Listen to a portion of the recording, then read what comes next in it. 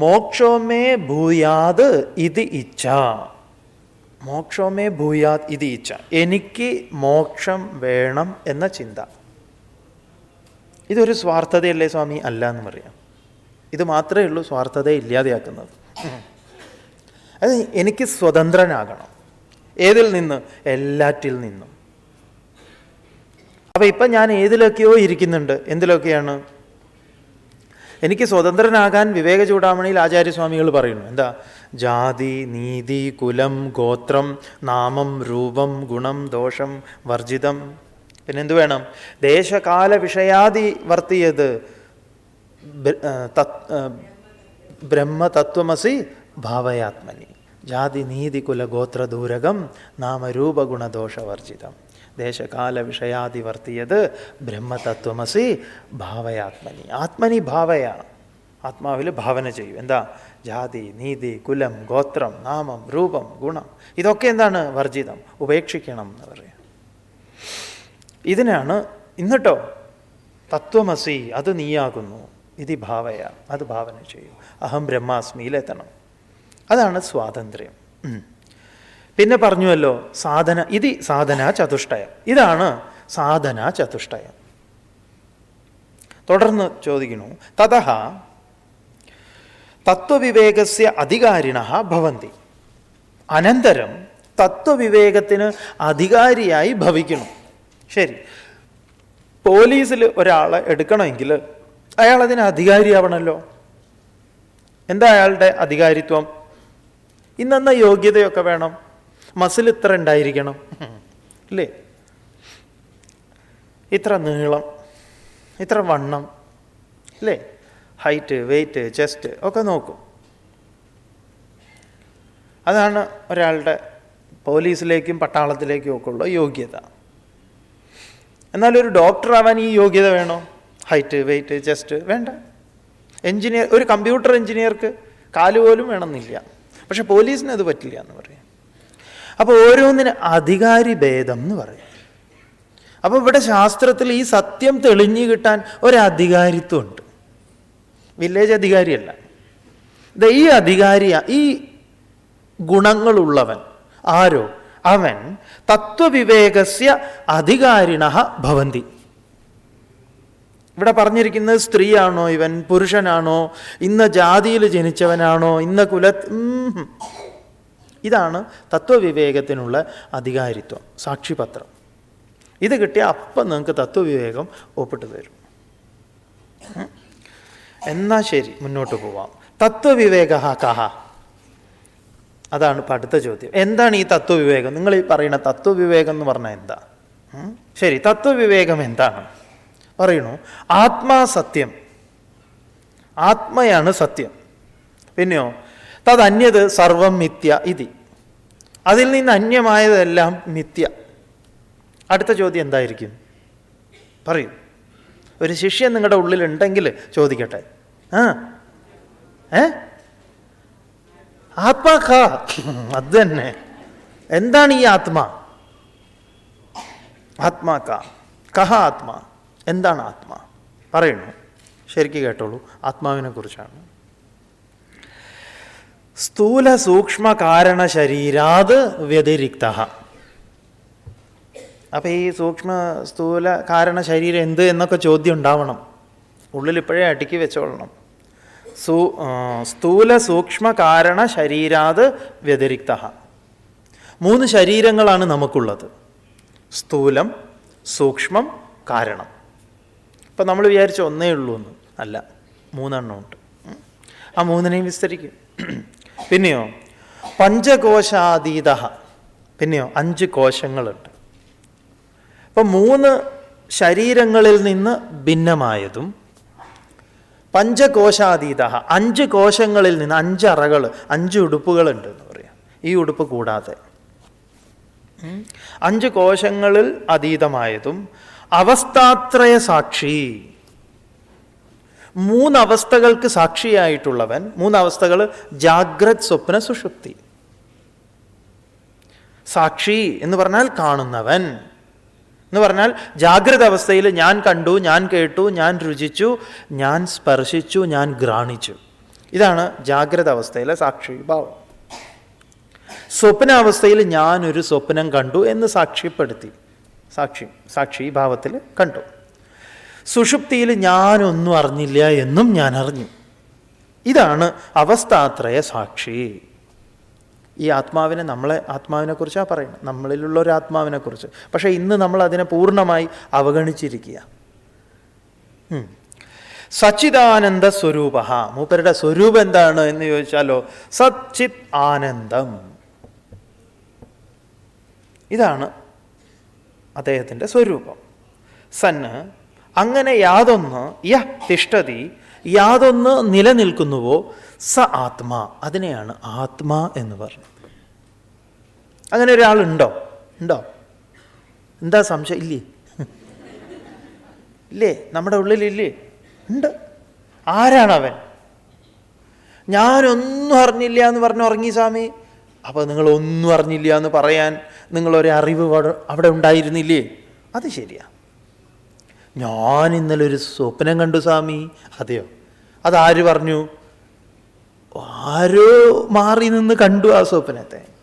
ഞാൻ ഇന്നലെ സ്വാമിയെ കണ്ടു, വേഗത്തിൽ കാർ ഓടിച്ചു പോണ്. അതെ, ഇതേ ഞാൻ തന്നെയാണ് 3 കാര്യങ്ങളെ കാണുന്നത്. ഈ ഞാനിനെക്കുറിച്ച്, ഈ ഞാനിന് വല്ല ധാരണയുണ്ടോ?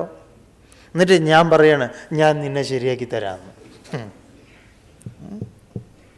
അപ്പം ഏതൊരു ഞാനിനെയാണ് ഞാൻ ഇന്ന് ഞാൻ എന്ന് പറഞ്ഞത്? ആ ഞാനല്ല യഥാർത്ഥ ഞാനെന്ന് ഞാനിന് എന്നാണോ ബോധ്യമാകുന്നത്, അന്ന് മാത്രമേ ഞാൻ ധൃതരാഷ്ട്രനിൽ നിന്ന് രക്ഷപ്പെടുന്നുള്ളൂ. അതുവരെ ആ ഞാനാരാണ്? ധൃതരാഷ്ട്രൻ. ഇപ്പം നമ്മൾ പറയുന്ന ഈ ഞാനല്ല. ആ ഞാനിൽ നിന്ന് ഈ ഞാനിലേക്ക് കുറച്ചൊരു ദൂരമുണ്ട്. വളരെ ദൂരമുണ്ടോ എന്ന് ചോദിച്ചാൽ ദൂരമില്ല. അന്വേഷിച്ചിട്ടില്ലെങ്കിൽ ദൂരമുണ്ട്. അന്വേഷിച്ചാലോ അത് ഞാൻ തന്നെയാണ്. തദ്ദൂരെ തദന്തികെ ഉപനിഷത്ത് പറഞ്ഞല്ലോ. അത് ഈ ഞാനിനെ കുറിച്ചാണ്. അന്വേഷിക്കാത്തിടത്തോളം കാലം വളരെ ദൂരത്ത്, അന്വേഷിക്കുമ്പോഴോ അത് ഞാൻ തന്നെ. അപ്പോൾ സ്ഥൂല സൂക്ഷ്മ കാരണ ശരീരാത് വ്യതിരിക്ത പഞ്ചകോശാതീത അവസ്ഥാത്രയ സാക്ഷി സച്ചിദാനന്ദ സ്വരൂപ സന് യതിഷ്ഠതി സ ആത്മാ. അപ്പോൾ അടുത്ത ചോദ്യം, സ്ഥൂല ശരീരം കിം? സ്ഥൂല ശരീരം എന്ന് പറഞ്ഞാൽ ഭയങ്കര തടിച്ച ശരീരം എന്നല്ല. സ്ഥൂലം എന്ന് പറഞ്ഞാൽ തടിച്ചത് എന്നൊക്കെയാണ്. ചോദ്യം, സ്ഥൂല ശരീരം എന്ന് പറഞ്ഞാൽ എന്താ? ഉത്തരം പറയണു, പഞ്ചീകൃത പഞ്ചമഹാഭൂതൈഹി കൃതം. പഞ്ചീകരണം പറഞ്ഞു. പഞ്ചീകൃത പഞ്ചമഹാഭൂതൈഹി കൃതം. പഞ്ചീകരിക്കപ്പെട്ട പഞ്ചമഹാഭൂതങ്ങളാൽ നിർമ്മിത. കൃതം എന്ന് പറഞ്ഞാൽ ചെയ്യപ്പെട്ടത്, പഞ്ചമഹാഭൂതങ്ങളാൽ. പിന്നെയോ സത്കർമ്മജന്യം, സത്കർമ്മങ്ങളുടെ ഹേതുവായതും. നമ്മുടെ സ്ഥൂല ശരീരത്തെക്കുറിച്ചാണ് പറയാൻ പോകുന്നത്. സുഖദുഃഖാദി ഭോഗായതനം, സുഖം ദുഃഖം ഇങ്ങനെയുള്ള ഭോഗങ്ങളെ അനുഭവിക്കാനുള്ളതും. അപ്പം അവിടെ ദുഃഖം വേണ്ട എന്ന് പറയാൻ പറ്റില്ല, കാരണം ഇതും കൂടെ അനുഭവിക്കേണ്ടതുണ്ട്. അതിനു വേണ്ടിയിട്ടുള്ളതായത്.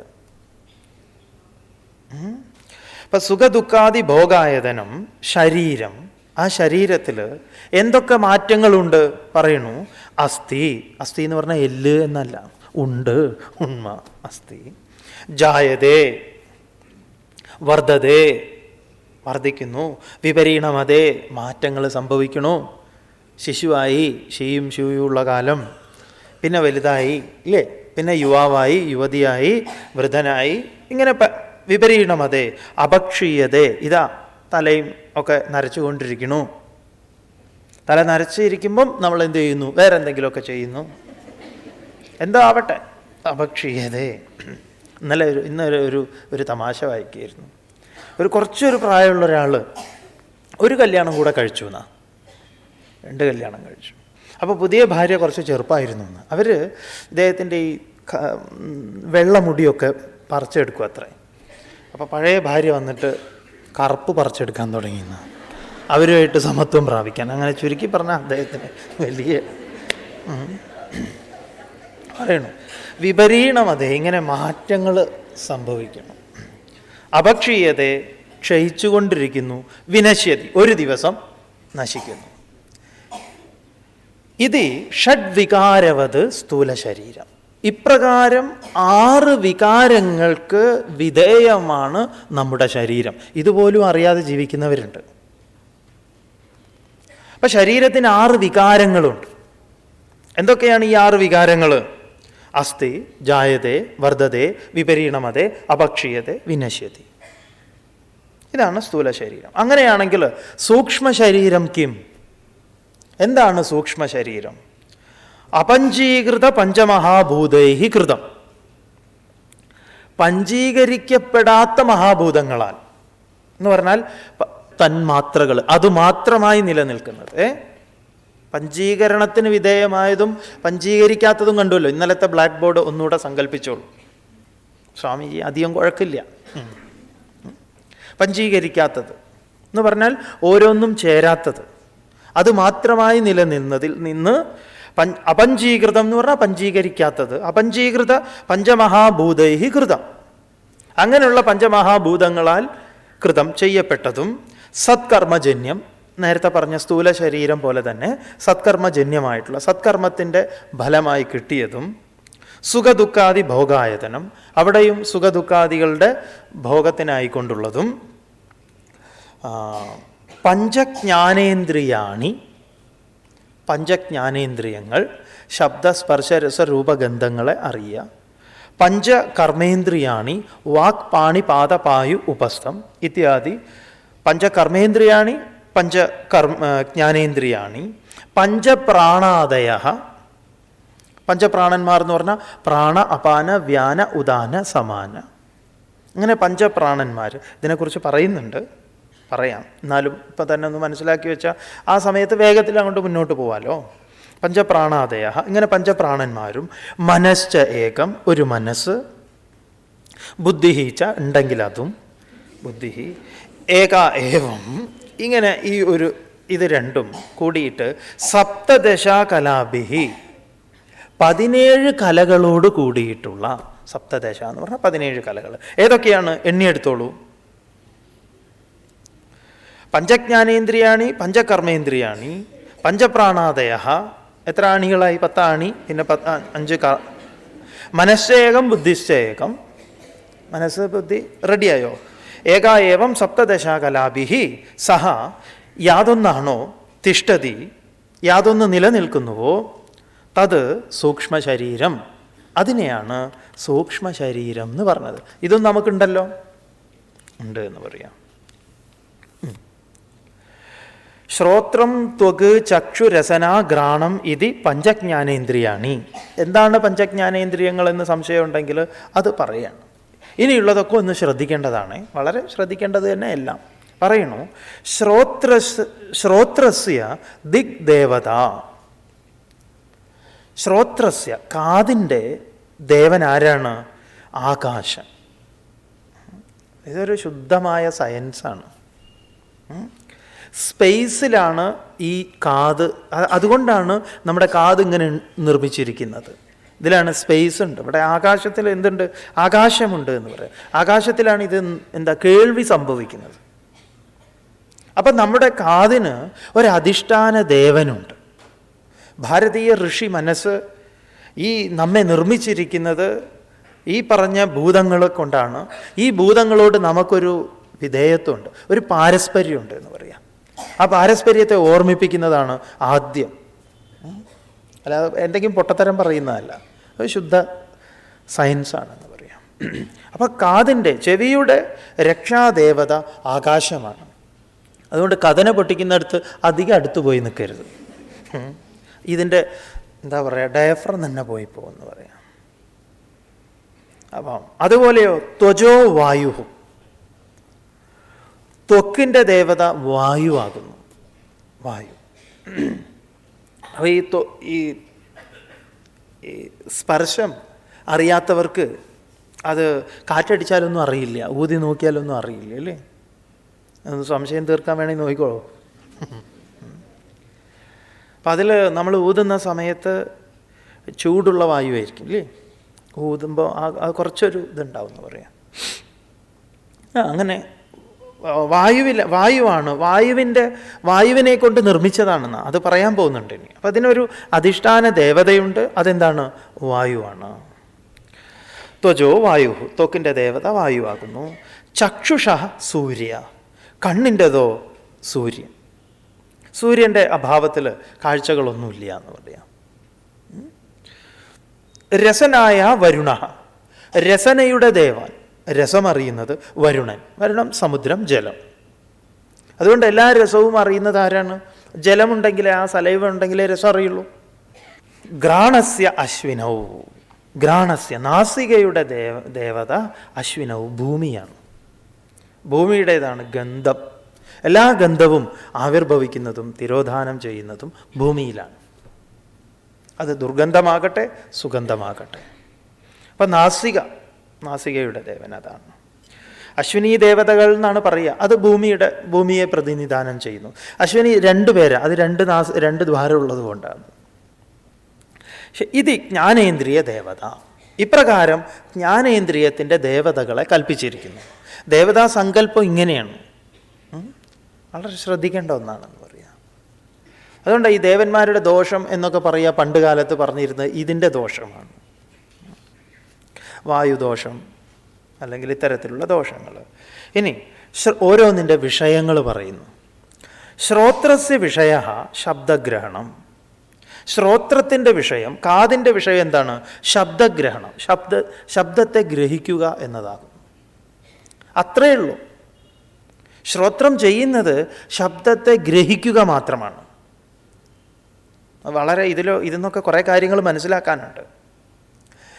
എങ്ങനെ ഗ്രഹിക്കുന്നു എന്നുള്ളത് നമ്മുടെ മനസ്സും കൂടെ ചേർക്കുമ്പോഴേ ഈ കുഴപ്പമുണ്ടാവണം. അവൻ അങ്ങനെയാ പറഞ്ഞതില്ലേ, ഞാനത് അത്രയും അങ്ങോട്ട്, നീ പറഞ്ഞത് ഏതായാലും നന്നായി.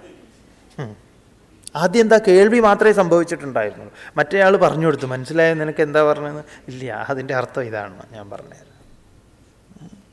അപ്പം ശ്രോത്രസ്യ വിഷയ ശബ്ദഗ്രഹണം. അതൊന്നും കൽപ്പനകൾ ഉണ്ടാക്കുന്നില്ല. ശ്രോത്രം ഒരിക്കലും നിറം ചേർക്കുന്നില്ല. കേൾവിയിൽ നിറം ചേർക്കുന്നത് മനസ്സാണ്.